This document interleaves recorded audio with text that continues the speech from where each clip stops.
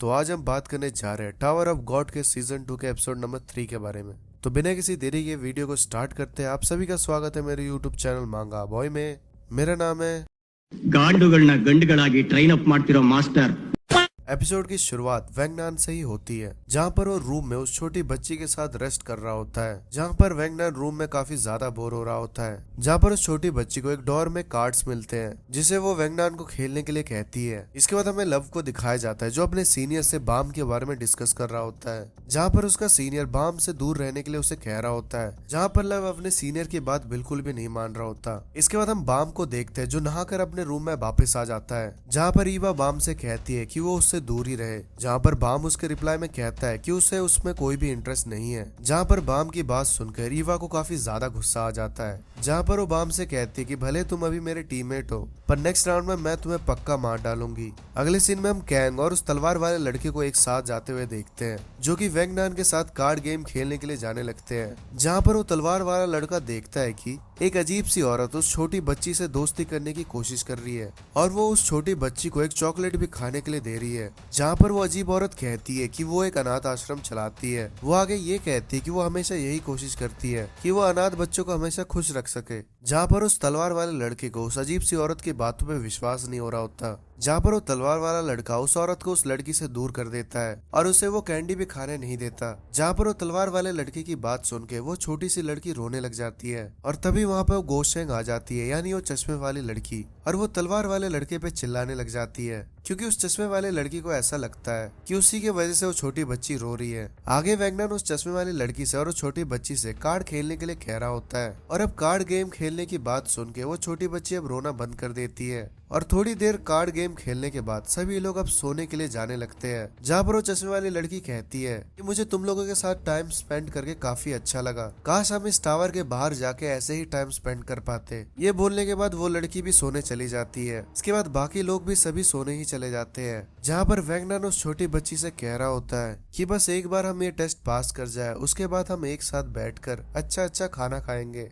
वेंगनान ये बोल के बस सोने ही जा रहा होता है, और तभी वहाँ पे रखा हुआ रिमोट बजने लगता है, जिससे लव की आवाज आ रही होती है। जहाँ पर लव बाकी सभी लोगों को अगले टेस्ट के बारे में बताता है। जहाँ पर हम आगे देखते हैं कि सभी लोगों को दो दो के टीम में डिवाइड किया जाता है, जिनके साथ वो लोग रुके हुए होते हैं। और जहाँ पे वो रुके हुए हैं उस रूम में एक रिमोट भी होता है, जिसके द्वारा लव बात कर रहा था उन लोगों से। जहाँ पर आगे लव गेम के रूल्स बताता है। सबसे पहले लव इस गेम का नाम बताता है, जहाँ पर इस गेम का नाम ट्रस्ट वर्दी रूम होता है, और इस गेम को जीतने के लिए 7 मेंबर और 6 रूम की जरूरत पड़ेगी। जहाँ पर हर टीम को उस रिमोट की मदद से एक गेट कीपर और एक लीडर चुनना होता है। जहाँ पर लीडर का काम नए टीममेट्स को रिक्रूट करना और रूम्स को चुराना होता है। जहाँ पर अगर टीममेट्स किसी रूम को चुरा लेते हैं तो वो ऑटोमेटिकली लीडर पे ट्रांसफर हो जाएगा। जहाँ पर एक गेट कीपर सिर्फ एक ही रूम को कब्जा कर सकता है। इसके अलावा लीडर किसी को भी किसी की रूम की भी लीडरशिप दे सकता है। यहाँ पर लीडर खुद किसी रूम को प्रोटेक्ट नहीं कर सकते हैं, और किसी भी नए टीममेट्स को अपने टीम में इंक्लूड करने के लिए लीडर को अपना कनेक्टर पहले स्लॉट में डालना होगा। यहाँ पर वो जिसको रिक्रूट कर रहा है उसका कनेक्टर दूसरे स्लॉट में डालना होगा। उसके बाद उसे उस रिमोट का ब्लू बटन दबाना होगा, जिससे कि वो न्यू मेंबर उसके टीम में ऐड हो जाएगा। इसके बाद अगर आपको रूम का ओनरशिप चेंज करना होगा तो उसके लिए नए गेट कीपर का कनेक्टर पहले स्लॉट में डालना होगा, और पुराने गेट कीपर का कनेक्टर सेकंड स्लॉट में डालना होगा। इसके बाद आपको रेड बटन दबाना होगा,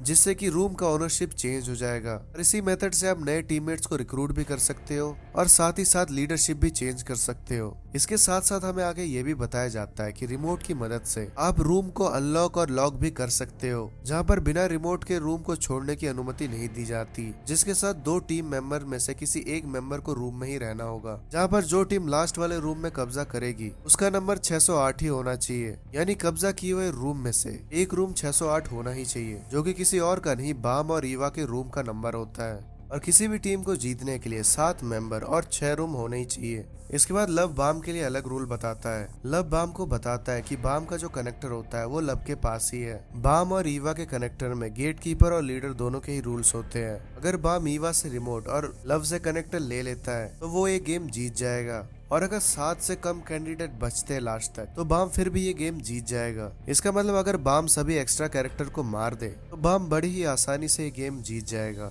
और इसके बाद टेस्ट स्टार्ट हो जाता है। इसके बाद हमें उस चश्मे वाली लड़की को दिखाया जाता है जो कि उस छोटी बच्ची के साथ रूम में थी, जहाँ पर वो छोटी बच्ची से कहती है कि हमें बाम के आने से पहले ही टीममेट्स को इकट्ठा करना होगा और इस रूम को सिक्योर करना होगा। इसलिए चश्मे वाली लड़की उस छोटी बच्ची को गेट कीपर बनाकर वहाँ से चली जाती है। साथ में वो चश्मे वाली लड़की उस छोटे बच्ची से कहती है कि चाहे कुछ भी हो जाए तुम ये दरवाजा बिल्कुल भी मत खोलना। ये बोल के वहाँ से वो लड़की चली जाती है। इसके बाद हम प्रिंस और रॉक डेविल को एक साथ देखते हैं, जहाँ पर प्रिंस रॉक डेविल को आंखें बंद करने के लिए कहता है और अपना रिमोट कहीं पर छुपा देता है, जहाँ पर प्रिंस रॉक डेविल को गेट कीपर बनाकर खुद बाम को मारने के लिए चला जाता है। इसके बाद हम बाम को देखते हैं, जहाँ पर ईवा बाम से कह रही होती है कि यहाँ जो भी हो रहा है वो सब तुम्हारी वजह से हो रहा है, क्योंकि अगर तुम टीममेट्स को चूज कर लेते तो हमें ये गेम खेलना ही नहीं पड़ता और सभी लोग खुश रहते। जहाँ पर बाम इसके जवाब में कहता है कि ऐसा कभी नहीं हो सकता कि सभी लोग खुश रहे, क्योंकि कोई ना कोई हमेशा दुखी जरूर होता है। जिसके बाद ईवा अपनी पूरी ताकत से बाम को रोकने की कोशिश करती है, जहाँ पर बाम अपनी पावर का यूज करके ईवा को रोक देता है। एक तरह से बाम अपनी पावर का यूज करके टाइम को थोड़ी देर के लिए रोक देता है और ईवा के हाथ से रिमोट लेके जाने लगता है। जहाँ पर बाम जैसे ही गेट खोलता है उसके सामने प्रिंस खड़ा होता है, जहाँ पर प्रिंस भी बाम को रोकने की कोशिश करता है, जहाँ पर बाम प्रिंस को भी फ्रीज कर देता है और वहाँ से चला जाता है। जिसके बाद हम उस छोटी बच्ची को देखते हैं, जहाँ पर उसके गेट पे वही अजीब औरत आई होती है और वो उसे गेट खोलने के लिए कह रही होती है।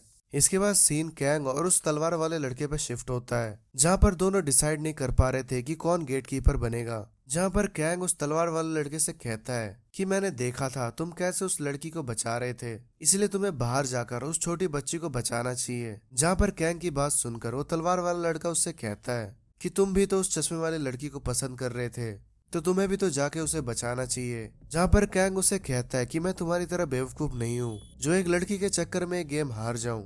इसके बाद वो तलवार वाला लड़का वहाँ से चला जाता है और कैंग उस रूम के लिए वो गेट कीपर का रोल प्ले करता है, जहाँ पर वो तलवार वाला लड़का सीधा उस लड़की के रूम के पास जाता है और वहाँ जाने के बाद उस लड़की को आवाज देता है। काफी देर बाहर से आवाज लगाने के बाद भी अंदर से कोई जवाब नहीं आ रहा होता और ये देखने के बाद वो तलवार वाला लड़का काफी ज्यादा डर जाता है और वो सोचता है जो उसकी बेटी के साथ हुआ है कहीं ये इस छोटी बच्ची के साथ वही ना हो गया हो। इसी टाइम अंदर से आवाज आती है, जहाँ पर वो छोटी बच्ची कहती है कि तुम मुझे डरा रहे हो, ऐसा मत करो। उस छोटी बच्ची की आवाज सुनकर उस तलवार वाले लड़के के जान में जान आती है, जहाँ पर वो छोटी बच्ची को गेट खोलने के लिए कहता है, पर वो छोटी बच्ची ये करने के लिए मना कर देती है। जहाँ पर वो छोटी बच्ची बताती है कि यहाँ पर वो अजीब औरत भी आई हुई थी। जहाँ पर वो तलवार वाला लड़का कहता है, क्या तुम्हारे लिए वो अजीब औरत और मैं बिल्कुल सेम है?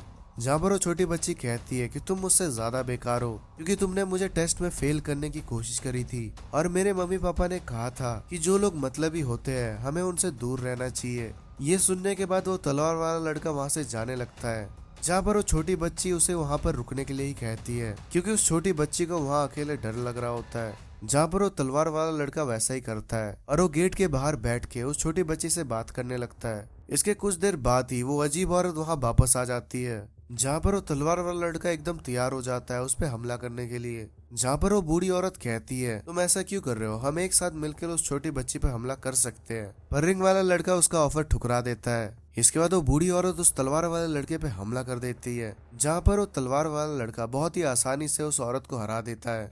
इसके बाद हम वेंगनान उस छोटी बच्ची को देखते हैं जो वेंगनान की टीममेट थी। वो दोनों साथ में ही रूम के अंदर छुपे होते हैं और तभी वहाँ पर वो चश्मे वाली लड़की आ जाती है और उन्हें आपस में टीम बनने के लिए कहती है। पर इसकी बात सुन के वेंगनान उस पर भरोसा नहीं कर रहा होता, जहाँ पर वो चश्मे वाली लड़की अपना कनेक्टर वेंगनान को देते हुए कहती है, मैं यहाँ पर केवल लक के भरोसे पहुंची हूँ और इसके बाद बस मैं गिव अप करने ही वाली थी, पर उसके बाद मैं तुमसे मिली जो कि किसी भी कीमत पर टावर पर चढ़ना चाहता है। तुम्हें देखकर मुझे लगा कि मैं कितनी बड़ी इडियट हूँ जो इतनी जल्दी हार मान ले रही हूँ और मैं तुम्हारे साथ ये टावर चढ़ना चाहती हूँ। चश्मे वाली लड़की की बात सुनकर वेंगनान उसे अपनी टीम में शामिल कर लेता है। इसके बाद हम प्रिंस को देखते हैं जो हॉल से वापस जा रहा होता है। अभी उसके पास किम आता है। किम उसे बताता है कि रॉब डेविल अब मर चुका है। ये सुनने के बाद प्रिंस एकदम शॉक हो जाता है। इसके बाद हम वापस तलवार वाले लड़के को देखते हैं, जहाँ पर वेंगनान और चश्मे वाली लड़की वहाँ पर वापस आ जाते हैं। इसके बाद हम देखते हैं कि वेंगनान, वो चश्मे वाली लड़की और वो तलवार वाला लड़का एक साथ टीम बना लेते हैं। जिससे इनकी टीम में 6 मेंबर और 3 रूम हो जाते हैं। जहाँ पर वो चश्मे वाली लड़की कहती है कि हमें बाम के आने से पहले एक और टीममेट रिक्रूट करना होगा। जहाँ पर वो तलवार वाला लड़का कहता है कि मुझे नहीं लगता बाम यहाँ पर आने वाला है, क्योंकि उसका कनेक्टर लव के पास है, तो शायद वो वहीं गया होगा, क्योंकि मुझे उसकी आंखों में दिखा था कि वो सोचता है कि उसे कोई भी हरा नहीं सकता। जहाँ पर गोशैंग भी बताती है कि उसने बाम को हॉल में जाते हुए देखा था। जहाँ पर वेंगनान कहता है कि अगर ऐसा है तो हमें इस गेम को जल्दी ही खत्म करना होगा।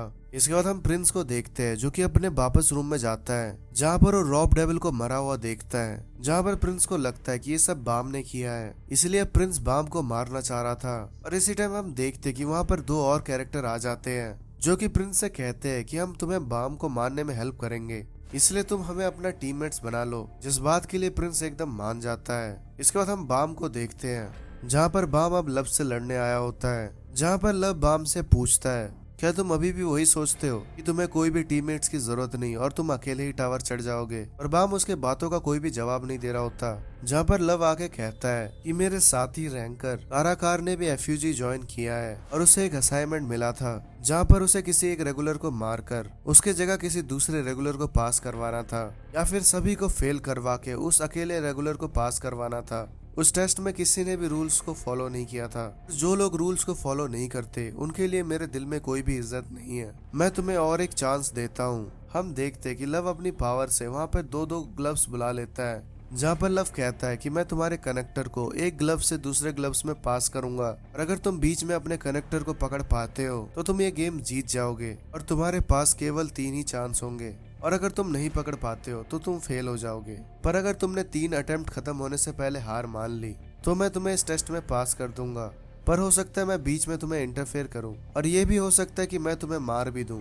क्या तुम इसके लिए तैयार हो? ये सुनने के बाद बाम टेस्ट के लिए रेडी हो जाता है, और पहले बारी में जैसे ही एक ग्लव से दूसरे ग्लव्स तक वो कनेक्टर जा रहा होता है, तभी बाम अपनी पावर से टाइम को रोक देता है और उस कनेक्टर को पकड़ने की कोशिश करता है। जहाँ पर उसी टाइम लव आकर उस कनेक्टर को एक लात मार के उससे दूर फेंक देता है। लव बाम की पावर देख के समझ जाता है कि बाम क्या करने की कोशिश कर रहा था। दूसरी बारी में कनेक्टर को थ्रो करने से पहले ही लव हवा में उड़ के तैयार हो जाता है, जिससे कि वो बाम को रोक सके। और ये देखने के बाद बाम सीधा लव पर हमला कर देता है। लव उससे बचते हुए बाम पर वापस हमला कर देता है, पर बाम लव को भी वहीं पर रोक देता है हवा में। इसके बाद लव अपनी पूरी पावर से बाम पर हमला कर देता है, जहाँ पर बाम उस हमले को रोकने की कोशिश करता है। पर लव की उस अटैक में इतना ज्यादा पावर था कि बाम उसे रोक नहीं पाता और पीछे जाके दीवार में टकरा जाता है। जहाँ पर लव कहता है कि तुम कुछ ज्यादा ही ओवर कॉन्फिडेंट थे।